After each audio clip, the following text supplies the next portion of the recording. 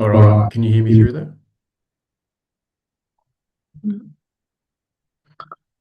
All right, everybody. I'm going to kick off our presentation. Thank you, everybody, for logging on today. Really appreciate it. I'm going to go through a seminar for first home buyers. I'm just going to discuss the first home buyer grants and opportunities that are available. I'm also going to go through the process of buying property. Some really good information in here that I think is really helpful for all first home buyers. I hope you enjoy it. We've got the hour. It probably won't take that long, so we can leave some time for questions at the end. If we don't get to all the questions, then we'll give you the opportunity to book in some time with our team. All right, so just a little bit about us for those of you that don't know us. So I'm the director of the business and one of the senior brokers here. There's three senior brokers. There's Susie Spicer, Lydia Martinez, and Utsab Galati. There's over 20 years worth of experience combined across the business. We're based in Parramatta on Sorrel Street, and we specialise in first home buyers, investment loans, and complex loan structures. Today, though, we're just going to be focusing on first home buyers and giving you information around that.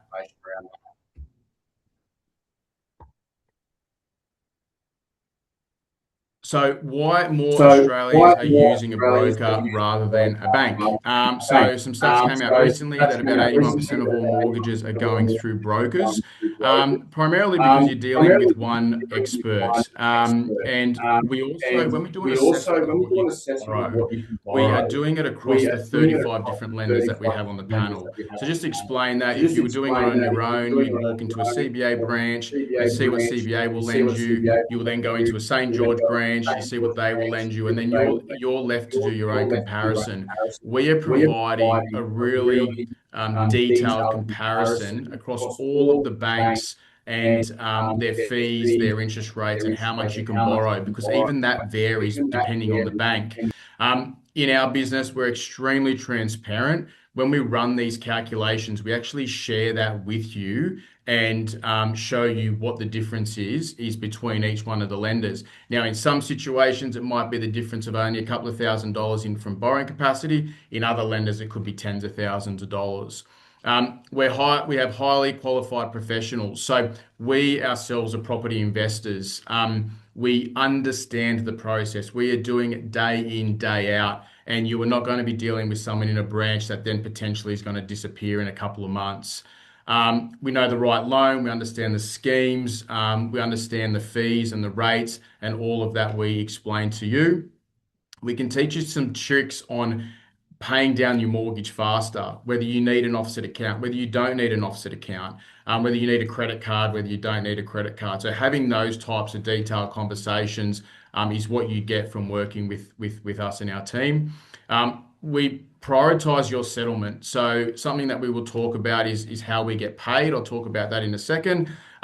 It is in our best interest and your best interest to settle on your home loan fast and on time, and also then to continue to look after you into the future. And again, it's saving time, effort, and stress. Just reverting back to, we can review all of the lenders in one in our meetings, and so we've become a one-stop shop.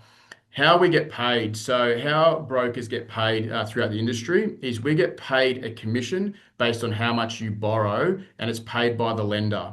Our service to you is no charge. So our commission is based on a portion of it gets paid when your loan settles, and the remaining portion of it gets paid as what we call a trailing commission, and that gets paid to us each month while you remain a client of ours. So again, it is in our interest to continue to service you throughout the life of your loan history and journey. So it is not based on us getting you a higher interest rate or a lower interest rate. It is a percentage based on what you borrow.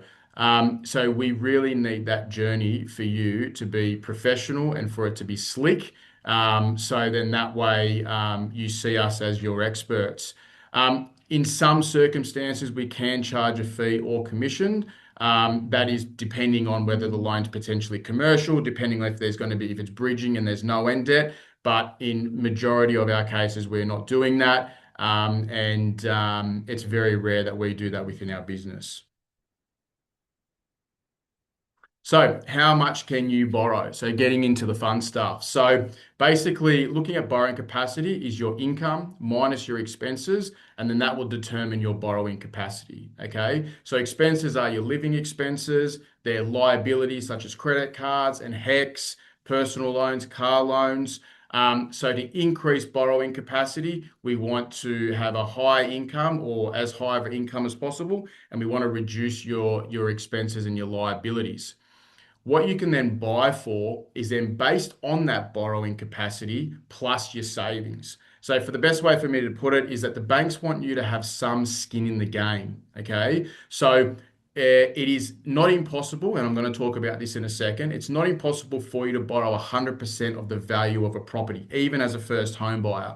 But in most cases, the bank wants you to have a deposit. Now, they want you to have, ideally, in the perfect world, a 20% deposit. So on a 500K property, that'd be 100 grand. On $1 million property, that'd be 200 grand. Okay. So it's a very decent amount of savings. However, there are government schemes for first home buyers, which is why we're talking about this today, where we can eliminate, where you only need a 5% deposit or smaller than a 20% deposit. Prior to these government schemes, or if you're not a first home buyer, if you don't have a 20% deposit, the banks charge you something called lender's mortgage insurance. Okay, so LMI. To determine whether you pay LMI or lender's mortgage insurance, comes down to what's called an LVR. Okay, so an LVR is a loan to value ratio.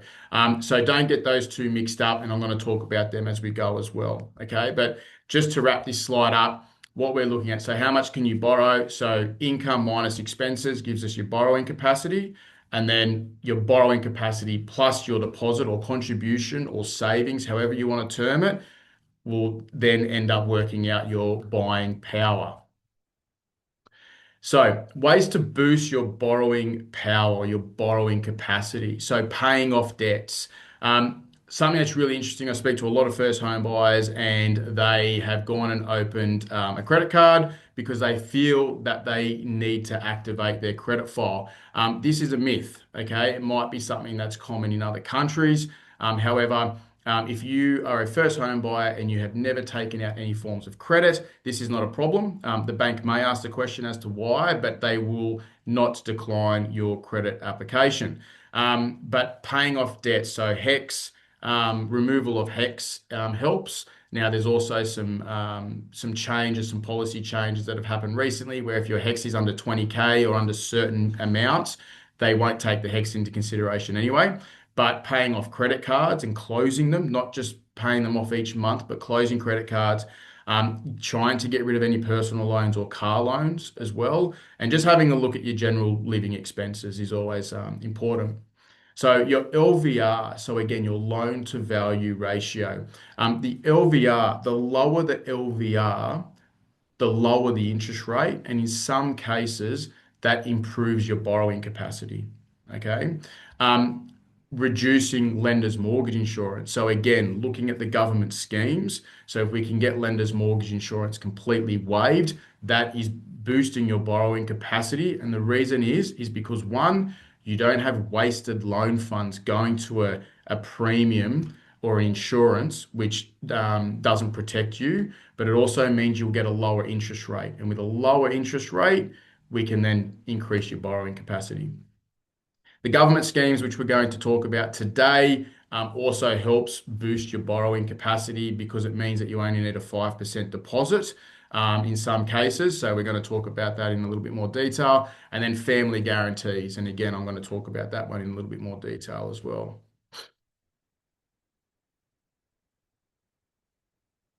So, loan to value ratio. So, this is something that you will hear when you start your home loan journey all the time. Okay, LVR, loan to value ratio. And it is a percentage, it is your loan amount divided by your property value, multiplied by 100 and expressed in a percentage. Okay, if you are borrowing $800,000 on $1 million property, that is an 80% LVR. If you are borrowing $900,000 on $1 million property, that is a 90% LVR. And again, if you're borrowing 950 on $1 million property, that is a 95% LVR. So these are important calculations that we need to work out. Let's just say you weren't a first home buyer. That LVR, as I mentioned before, determines whether you will pay lender's mortgage insurance or not. Now, just on a side note, if your first home is not to own or occupy and you are buying an investment property, because none of the government schemes impact investment properties, in those cases, the LVR will then determine how much LMI you are going to pay. However, we're focusing primarily on first home buyers today that are buying owner occupied properties. Lender's mortgage insurance. Okay, so even though hopefully we can get this waived in your case and you're not going to pay it, I think it's still really important that people are across what it is. So, lender's mortgage insurance, or LMI, is the insurance premium that protects the bank in case you default on your home loan. So, if you don't have a 20% deposit and you only have a 10% deposit and you have to pay LMI, if you were to default on your home loan and the bank had to fire sale your home and just get rid of it, if they are at any form of a loss, they are insured. So they don't lose any money. So the LMI is purely to protect the bank, and unfortunately, we as the borrowers, we wear the cost of that.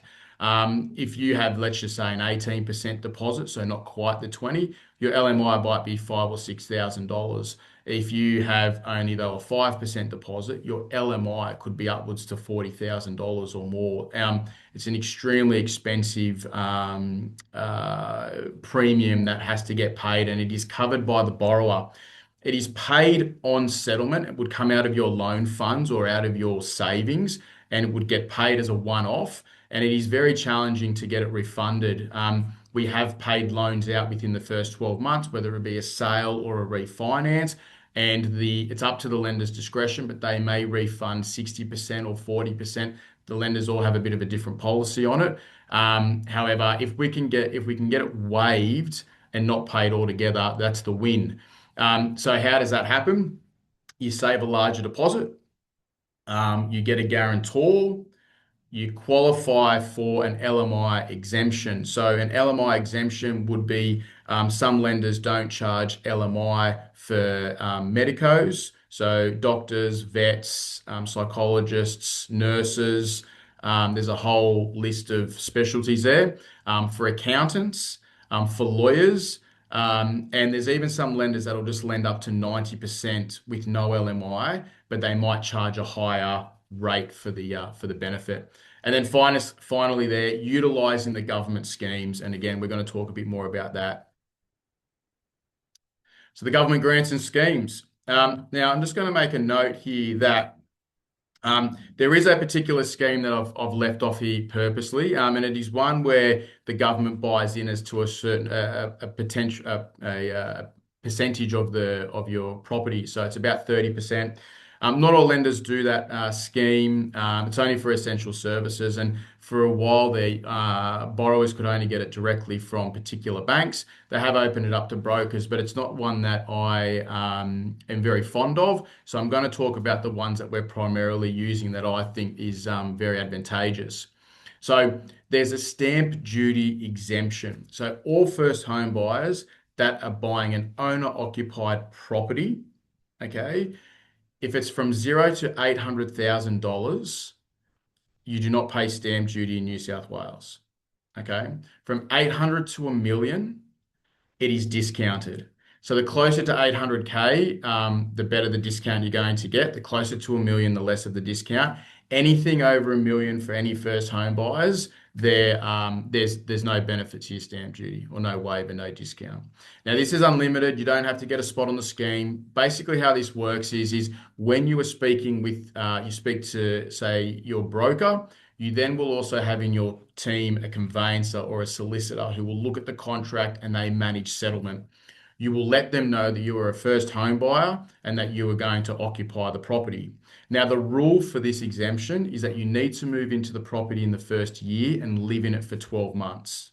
Okay, and it's just important to note that because there's other impacts with these other schemes that I'll talk about. So anything from 0 to 800, there's no stamp duty for first home buyers that are occupying the property, and anything from 800 to a mil, there's discounts. Now, there's a first home buyer grant. I'm going to be very honest with you. It's something that we used to do a lot of, and we haven't done it in a while. And what it is you get a $10,000 cash boost, and you can get it used towards your deposit on settlement, or you can get it injected into your account after settlement. It doesn't matter. It's whatever your preference is. Again, for first home buyers, you need to occupy the property. Okay. With this one though, it's only on brand new properties up to 600,000. So brand new, never lived in, never sold, or builds totaling 750. So that's the land and the build totaling 750,000. So if you fall into one of those categories, we can apply on your behalf for the $10,000 cash grant. That's the one that is the actual grant, the $10,000 cash which comes your way. Again, there's unlimited positions for that. Now, the final one, which has been around only for a couple of years, but there's been some changes, some significant changes to it, and I think it's hugely beneficial. So it's the 5% deposit government scheme. So what this is basically as if the government is acting as a guarantor for your property. So it means then that if you go to buy a property and you only have a 5% deposit plus any stamp duty and fees, you don't pay LMI. Okay, hence why I've been explaining it in the beginning couple of slides.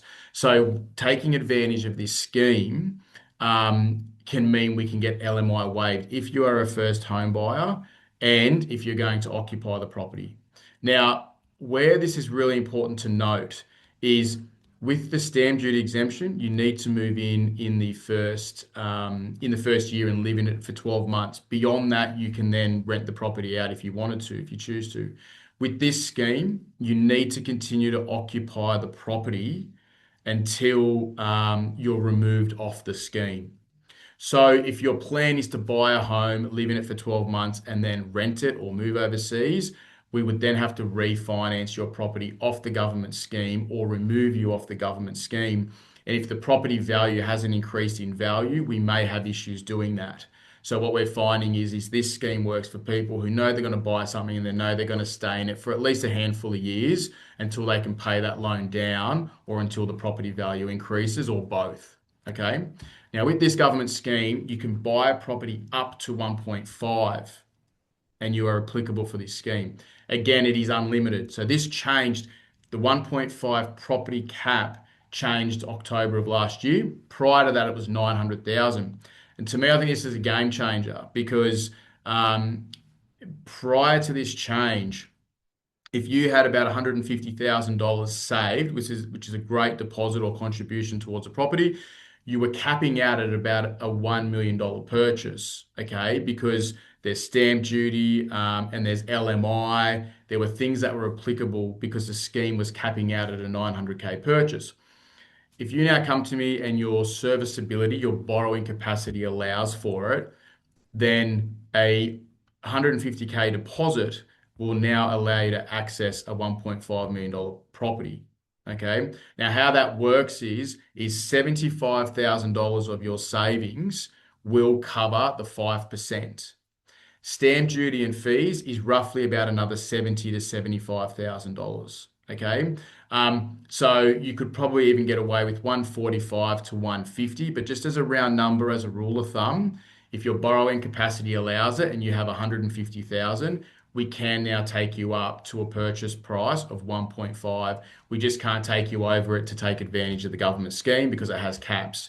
Now that 1.5 is also Sydney Metro. Okay, if we start to go regional, it does drop, and there's postcode checkers that we can use online to make sure of that. Okay. Now, just to put this, and also too, that there's unlimited spots for that. There used to be that was a limited scheme, and there was a whole bunch of restrictions around you both had to be citizens or you had to be a citizen if you're doing it on your own. There were income caps, it was about 120, I think, for a single person and 200 for a couple. All of that is gone now. This scheme is for citizens and permanent residents. There's no spot, the spots are unlimited. There's no income caps. and you can go to 1.5. And we've even just recently got someone approved that was a New Zealand citizen on a special class visa, and it went through really easily. Um, just to put this all into a little bit of context. So, if you are a first home buyer and you're going to occupy the property full time, if you had a $45,000 deposit today, subject to serviceability. So again, your income would need to support the loan, but you could go and buy a property for 800K. Okay. The 5% is the $40,000. You would then have some conveyancing fees and some legal fees just to settle the property, which is what I round off at about 5,000. And that can really vary between about 3 to 5 grand, depending. Okay. And that is an estimate. So just be mindful of that. And we can never get that accurate when we're doing the figures, so we need to create a bit of a buffer just so that there's no rude shocks at settlement. So a $45,000 deposit would get you an 800K property as long as you could afford the loan of 760K. A deposit of $150,000 would get you into that $1.5 million home because again, the 5% would cover the 75,000 would cover the 5%, and then the remaining $75,000 would cover your stamp duty and fees. And again, I've buffered that out to make sure that we're covering everything. Okay. There's also one other thing, again, that's not mentioned in here is the 2% deposit for single parents. You don't have to be a first home buyer for that scheme. It actually works exactly the same as a 5% deposit scheme, but you only need a 2% deposit and it's for single parents trying to enter the market. So again, I've just made a note of that, and lender's mortgage insurance can be waived even if you have owned property in the past. Using a guarantor. So, what's really cool about this is if you have a family member, and I'm going to touch back on that in a second, but if you have a family member, and let's just say they have a home worth $2 million in Sydney and they owe nothing, or they owe 200,000 or 500,000, they can have a loan still on their home. They can put their home up as a security, which allows you to go and buy a property. Okay. Now, with a guarantor, what's quite cool is there you could borrow 100% of the value of the property and even borrow the stamp duty and fees. So you could go and borrow about 105% of the value of a property. So again, if your income allows for it, you could buy $1 million property and borrow 1,050,000, okay, to cover the purchase price plus the stamp duty and the fees. Having a guarantor is a really good option, and really as well where this works well is if your first home is going to be an investment property. Now, because there is no government schemes that help you buy the first property being an investment, this will at least waive the lender's mortgage insurance. Okay. And how it works is if you think about it, if the guarantor has a $2 million property, and let's just say has a loan of 500,000, and you're going to buy $1 million property and you're going to borrow $1 million plus the 50 to cover the stamp duty and fees, the total security that the bank is holding is $3 million. Okay. But the total debt is their 500 plus your 1,050,000, so 1.55. So the reason why you can borrow the full price plus and not even put $1 in is because from the bank's perspective, they have enough security to cover all of the debt. Okay. Now, the guarantor, preferably mum and dad, but doesn't have to be. I've done guarantor loans for siblings. We've done it for other relatives. Okay. Banks will have their different policies on this. So it's not just fixed. So most banks want it to be, direct parents or grandparents. However, there are variations to this. The other thing which is cool, not a lot of people know, is that you don't just have to use a security as a house as a guarantee. We've done lending before where the parents might have no mortgage and they put up a term deposit as a security. Okay, so how that works is if you're going to buy $1 million property, the 20% plus the 20%, sorry, would be 200,000, and the stamp duty is going to be roughly sort of 40, 45 with fees. They will go and put that amount of money, the 20% plus the stamp duty and fees, into a term deposit. The term deposit is held in mum and dad's name, or the guarantor's name, I should say. They earn the interest on that money. But the only thing at risk is not their home now, but it is the term deposit. Okay. So if you default, you stop paying the mortgage, the bank forecloses on your home, they will then only take what they need to or take those funds to make sure the bank doesn't lose any money. Putting up a security as a guarantee does mean that their house is at risk because, again, if you default, you can't pay back your mortgage. They will then take or make, they will basically go to the guarantors and either make them sell their house or make them take out a loan against their house to cover any money that the bank loses. Okay. So with these type of lending, these type of applications, we have a really detailed conversation with the guarantor, and we make sure that they know the risks involved. Now, I just flag something here as well is that if two things, if the guarantors are thinking about selling in the short term, I usually say it's probably not the option for someone because they are restricted in selling because if they do sell in their house as a guarantee, they may then take some of the sale price proceeds and pay down your loan because you've gone and borrowed such a high LVR and then the loan then needs to remain secured against your property, meaning it's going to have to be reduced quickly. The other thing is we highly recommend, most lenders will require it, that the guarantors go and seek independent legal advice. So just go and speak to their accountant, their financial planner, a solicitor, understanding the risks. And again, with most lenders, they will then be required to sign their loan documents in front of a solicitor, making sure that they're sound of mind and they're across everything. So the ways of buying property. This is the part of it that I enjoy the most. And I think, a lot of this information is really, really useful. But this is something that I think it's really, really good to know in the background once you start your property buying journey. So two ways of buying property that we're going to go into detail here. So there's what we call private treaty or for sale and auction.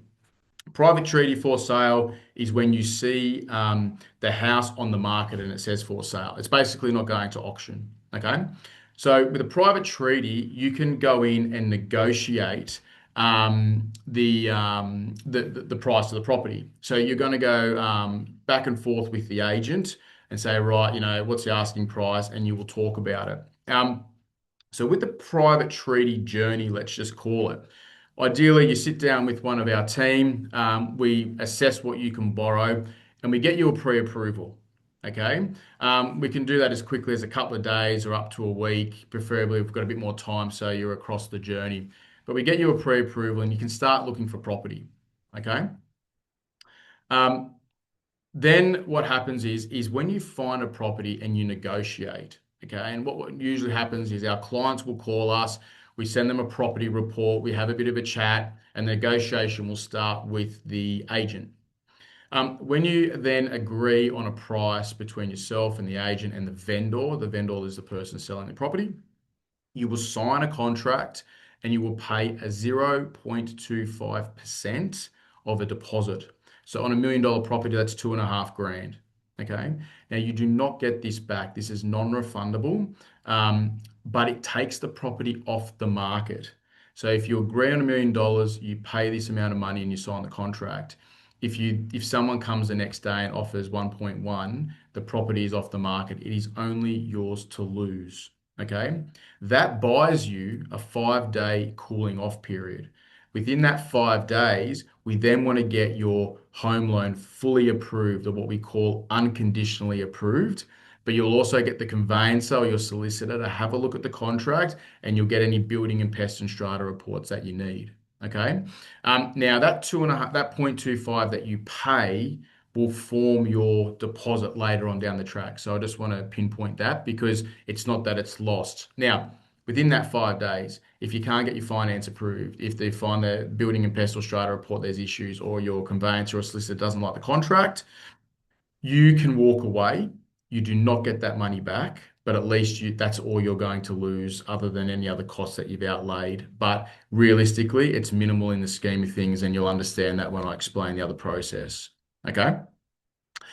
If the 5 days isn't enough, our team will ask for an extension of the cooling off period. So we usually even say, look, ask for 10 days from the beginning, but 5 days is standard.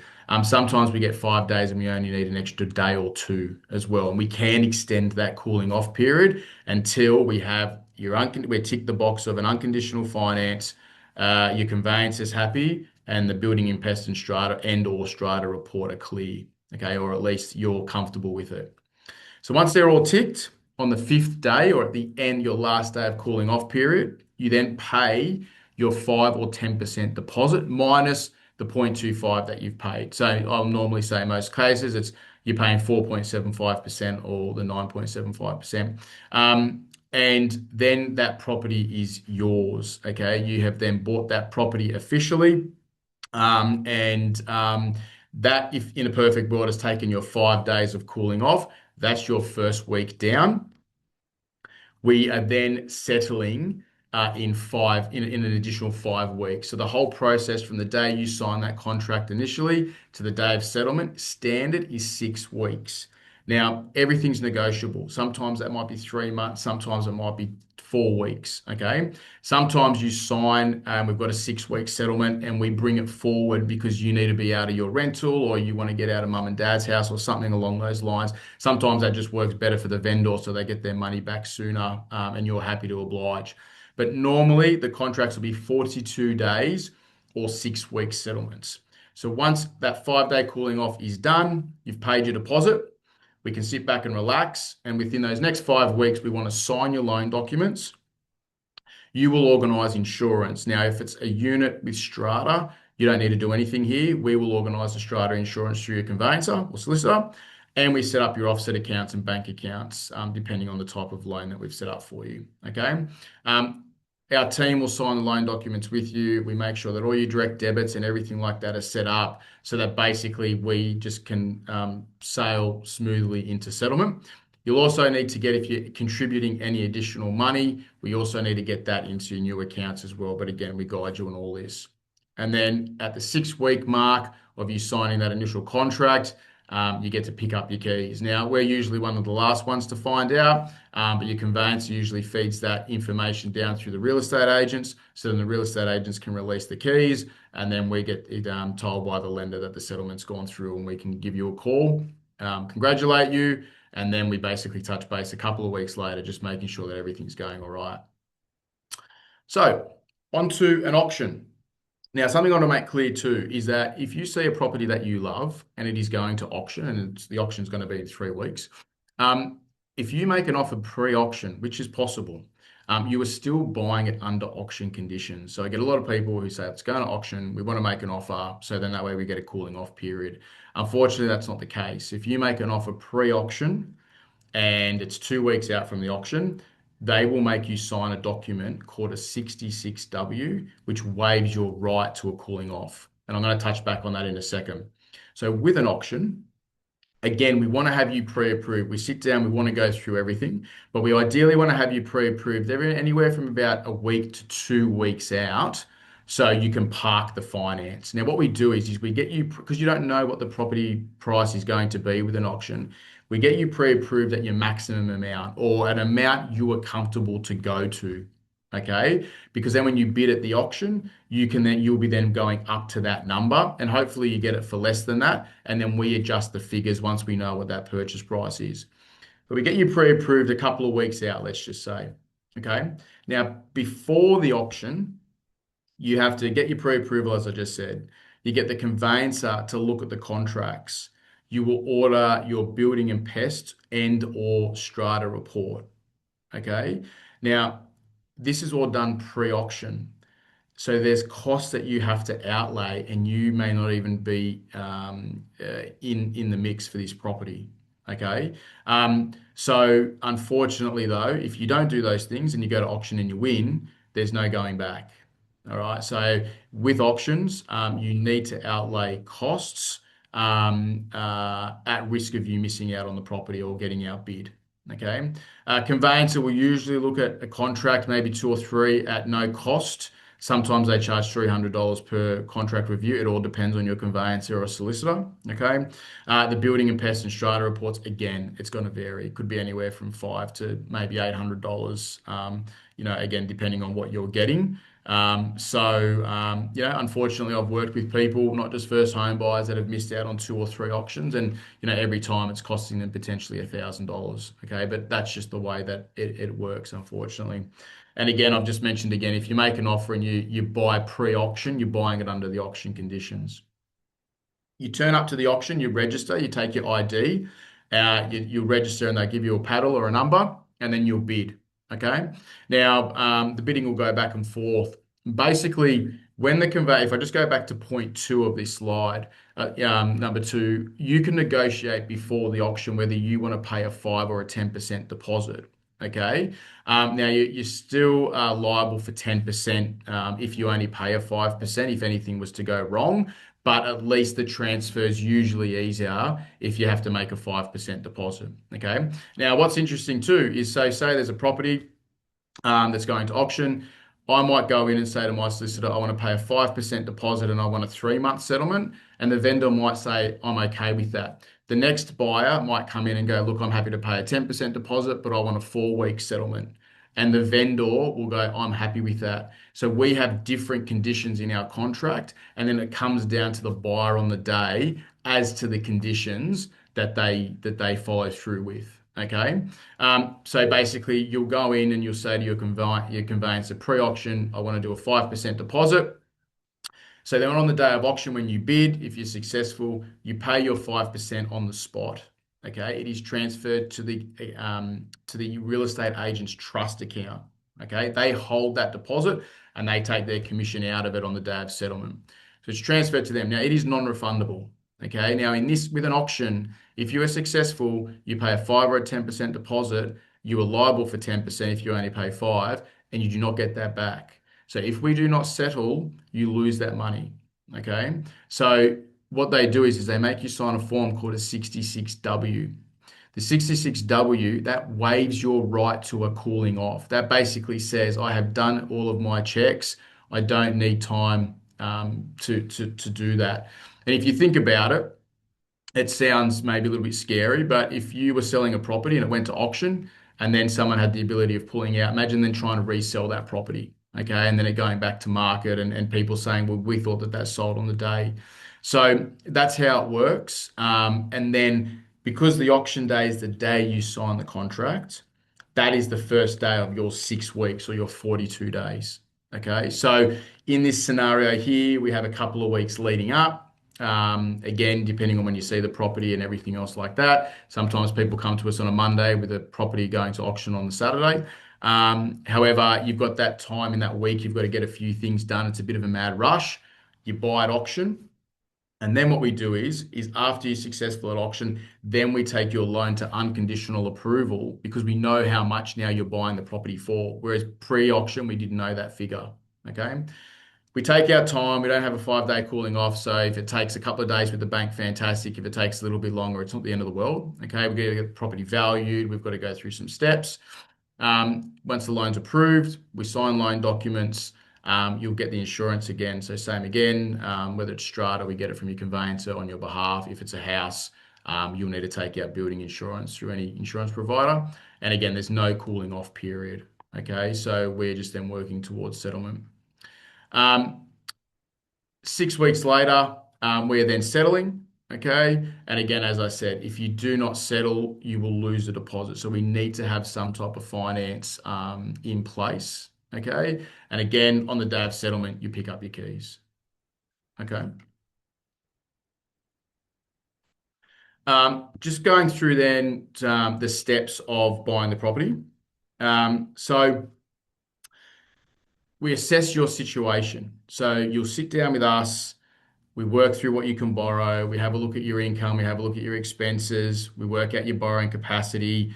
We put all of that together and we do that in a meeting with you so that you see that we're transparent, but also you're comfortable with what we're coming up with. We don't just send you 3 options and go, this is your best options.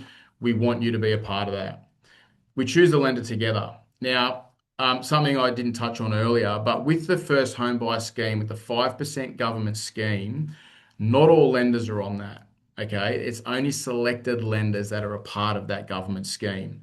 So the primary ones that we use, we've got ANZ, Westpac, St. George, NAB, CBA. We've also got Newcastle Permanent and Great Southern Bank. But the primary ones that we're using that turn stuff around quick and have good rates are NAB, ANZ, and a little bit of St. George. They're some other lenders do things where they maybe are taking a little bit longer or they don't secure you a spot on the scheme. So we've got to just be a little bit selective with that and a bit careful. But basically, we choose a lender, and in all honesty, between a lot of those lenders, other than maybe a slight variation in rate and fees, there's nothing hidden with them. Okay. We submit your application and we get you a pre-approval. Okay, now hopefully in a perfect world, that's 2 or 3 days. Sometimes that can bleed out a little bit longer. Okay, but we get you a pre-approval. Once you've got that pre-approval, then you'll start looking for a property. Okay, and we're in your pocket. So we get involved as much as you want us to get involved. If you want to call us and discuss every property, if you only want to discuss the ones that you're keen on, our office will send you property reports as well. So they're just estimates of what the property's worth. Sometimes they're accurate, sometimes they're not, and they give you a bit of a lifeline of the property's history, when it was sold last, when it was rented last. Anything that's been online gets recorded into these reports. You'll find a property. And once you negotiate on that property or go to auction for that property, once you're successful, we then apply for your loan to go what's called unconditional. Okay, unconditional is the key here, or formal approval, unconditional depending on who you're speaking to. We then sign the loan documents, and then our office, alongside with your conveyancer or solicitor, will make sure that everything gets ready for settlement. Okay, so we are your lifeline all the way along. So any questions, we always say there's no silly questions. Anything that you're not sure of, that's what we're here for. And same as the solicitors and conveyancers, right? They are on your side to answer any questions that you're not sure of. However, we usually find a lot of those questions even come back to us because we've been a part of the journey for so much longer. Okay, so next steps. Book an appointment with us. So the top QR code will take you straight to our booking system where you'll be able to book time in with Lydia, Woodsav, or Susie. Okay, and they'll be able to run through some figures with you. Okay, the bottom QR code, you can go straight into an application. So that's going to take you to our online fact find where you can start putting in your information and collect documents. And then once we have them, we'll be in touch in a couple of days and we'll run through all the figures with you and we can basically get straight into it. But if you don't want to get to that point just yet, like I said, book in some time. We'll have a chat. We'll answer any additional questions that you have. Okay. And we can find the right time for you as to when that's going to be. Okay. There's also some details there. Admin.para, if you want to email that, that'll come through to various members of the team with any questions. And the mobile number there, 0489 943 281. If you want to check us out as well online, it's mortgagechoice.com.au/L Camilleri.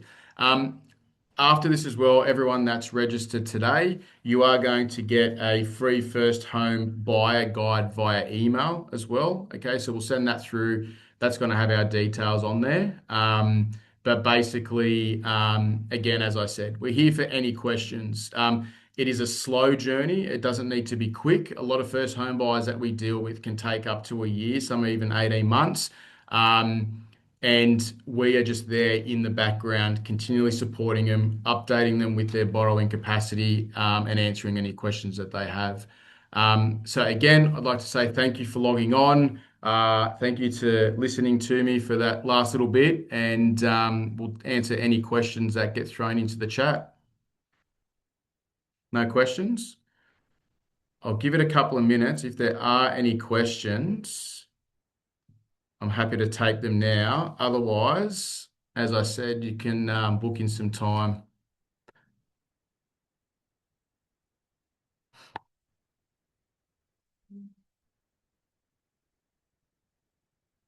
That's all right. I might get everyone their day back. You've got all our details there. As I said, we're going to send something through as well, and we can answer any questions that you've got. Oh, sorry. Yeah, sorry. There has been something that's come through. Biggest mistakes by first home buyers. Biggest mistakes by first home buyers. So I'd say probably rushing into it, I think is a big thing. I think you need to be looking at property for a little while. I mean, it does happen. We do get contacted. Someone's just seen something that they love and they make a move on it. But I also think that there's some value in just looking, even if you're on this call today and you're not ready, start just looking at property. I think it's just interesting to just keep tabs on where you think you want to go, and you may be not even in that ballpark once we have a look at borrowing capacity. But I think looking at property and just starting to keep tabs, you can save stuff in realestate.com now, domain. You can create a profile, and you can just sort of start to store some data. Another thing as well is what I touched on earlier, the whole myth of the whole credit file saga. So, a lot of people don't know too, if you take out a telco or a gas bill or an electricity bill, they also check your credit file. So sometimes people have got credit files that they were unaware of, that it's been created. And that's not from taking out credit, but by taking out an electricity bill. So I think just applying for credit unnecessarily.